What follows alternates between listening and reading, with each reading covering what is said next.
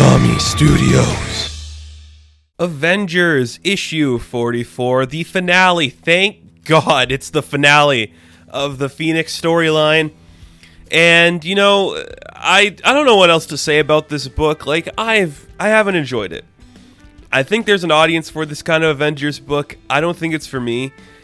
I do believe though that this story was completely a waste of time. Like, it didn't really do anything, and pretty much I'm just like, what is next? How is this the flagship Avengers book? Like, nothing's really happening in it, and this is the one that's the flagship Avengers book. It's weird. But you know what?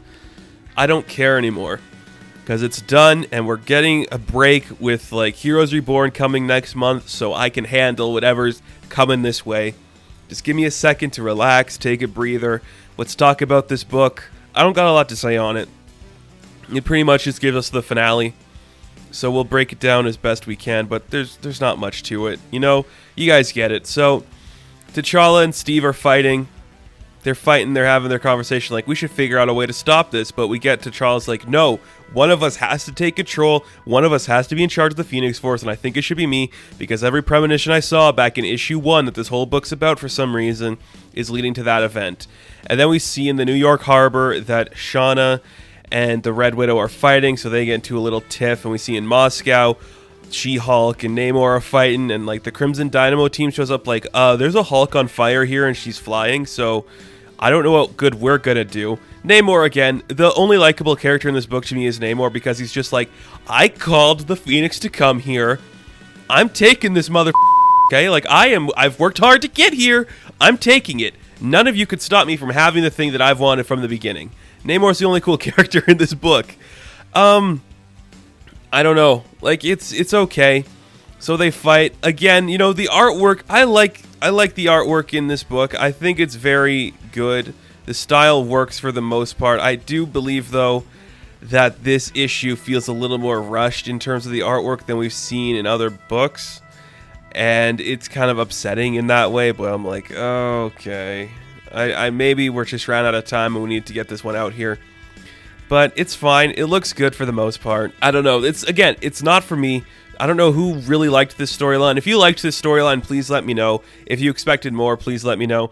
So our Avengers that aren't in the tournament, they're all kind of like regathering their thoughts. So we have like a catch up where we are in the last time. Carol's trying to absorb the power. Tony's ready to blast it with a thing. Thor's being chained up by Jane Foster. Like, dude, this guy's going crazy. Bird Mom is ready to get her bird son. We gotta stop Thor by doing something stupid.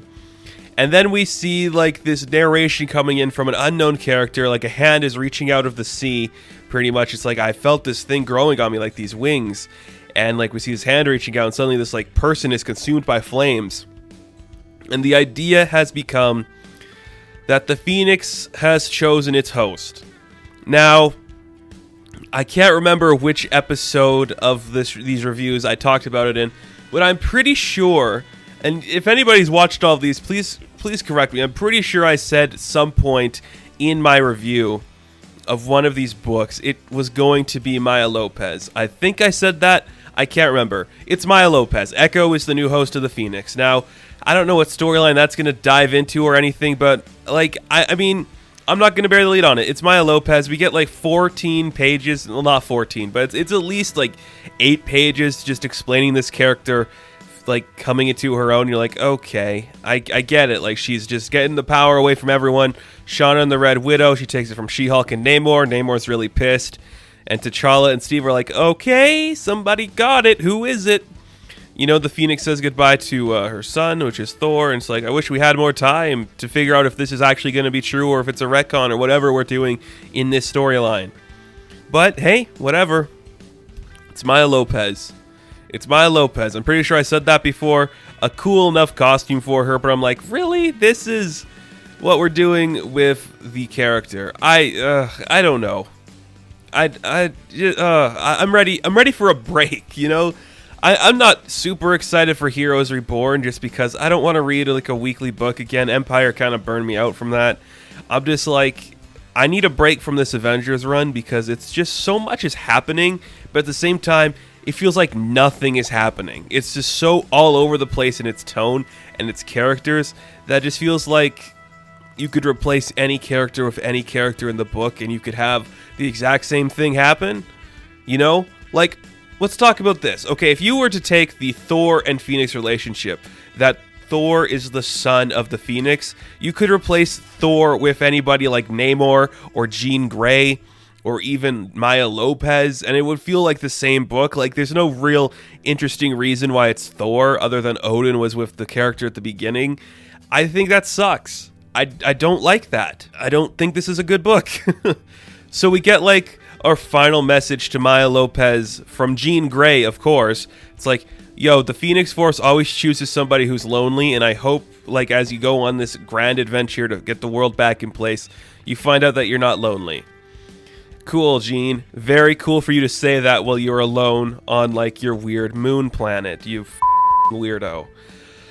Okay, we're done. The Phoenix Force, the story, the Tournament of the Phoenix, it's over. We made it to the end. Was it good?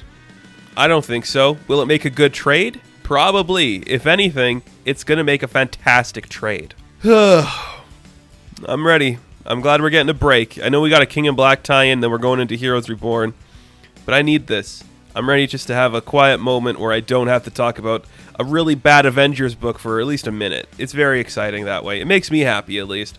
And it's probably going to make a lot of you guys happy, too, because I'm amazed we're still doing this. How long until you think Jason Aaron leaves the book? Because I don't know what the sales are for it. I'm sure they're fine, but I'm just like, this can't be the future for the Avengers, because something about it just doesn't work. It's not like the fun, schlucky action that I kind of want it to be.